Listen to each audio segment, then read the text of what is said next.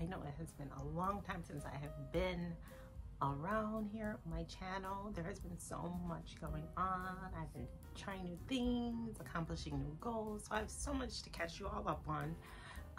For those that have been asking, yes, I am still brand partner with Young Living. I am still using my essential oils. There were a couple things that I did add on, and one of those is what I was talking about today. This is how I passed my real estate exam for the very first time that I took it.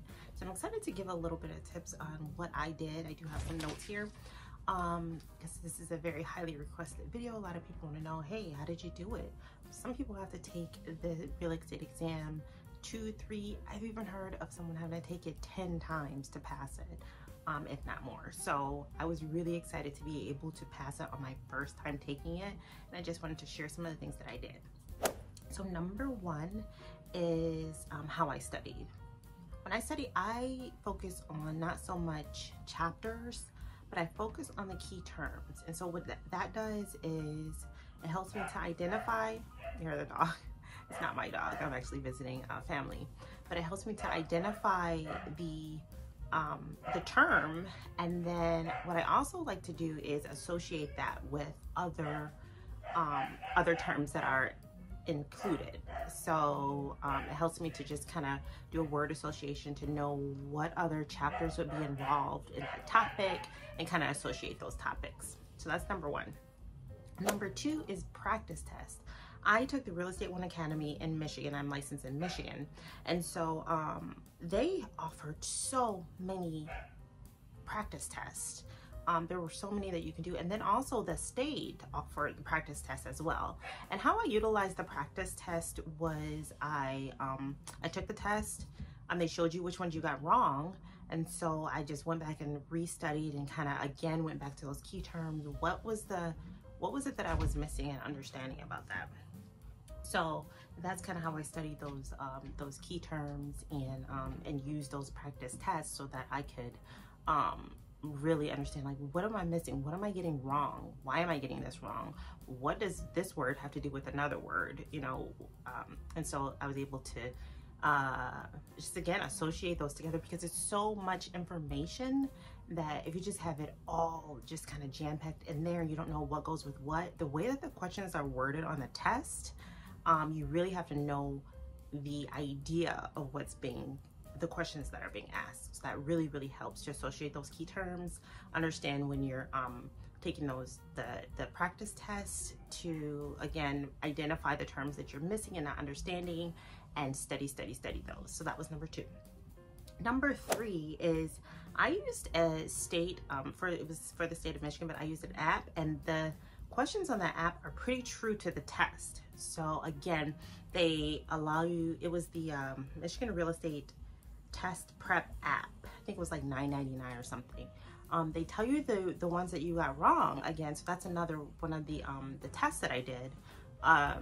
And everything's itemized, and you can go back and they give you the percentage of what you got wrong. I think they give you like 100 or something like that at a time, but you can narrow it down. So I only did 10 questions at a time because I really wanted to do small stages and really just keep going back to those topics and really knowing what I understood and what I didn't understand.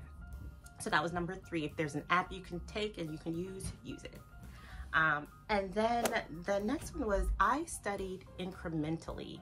So the way that I studied was I would do it maybe like, if per day, I would do it for quite a few hours, but then I would put it away and go do something else and not pick it back up till maybe later that day or the next day, you know. So I didn't just cram every single day. And then sometimes I would study a few days and put it away and not pick it up for another couple days, because I really wanted to kind of think about what I was studying, go back to it, see again what I understood, what I couldn't remember. And that really helped me just to study incrementally and not just try to just cram everything all at once. And I studied for about a month and a half before I took the exam. So it's really important to take it as soon as possible.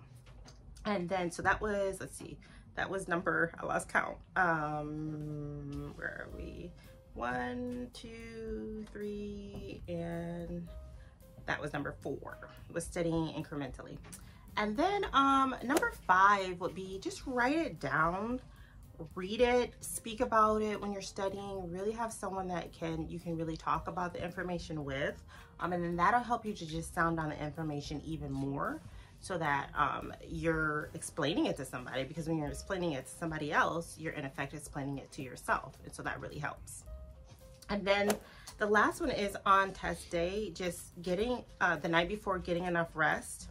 And then the day of, I don't even know, I might have ate an apple or just something really light, or like a cracker or something like that. Don't eat a heavy breakfast, because then you'll be all like bloated, not really able to focus and all that. And then 2, don't drink a whole bunch of water before you go, because you don't want to have to keep getting up. They allow you to go to the restroom, but you really want to stay focused and stay in your rhythm when taking the test. So I hope that these help. I hope that these kind of tips will help someone else to be able to pass their exam on the first try.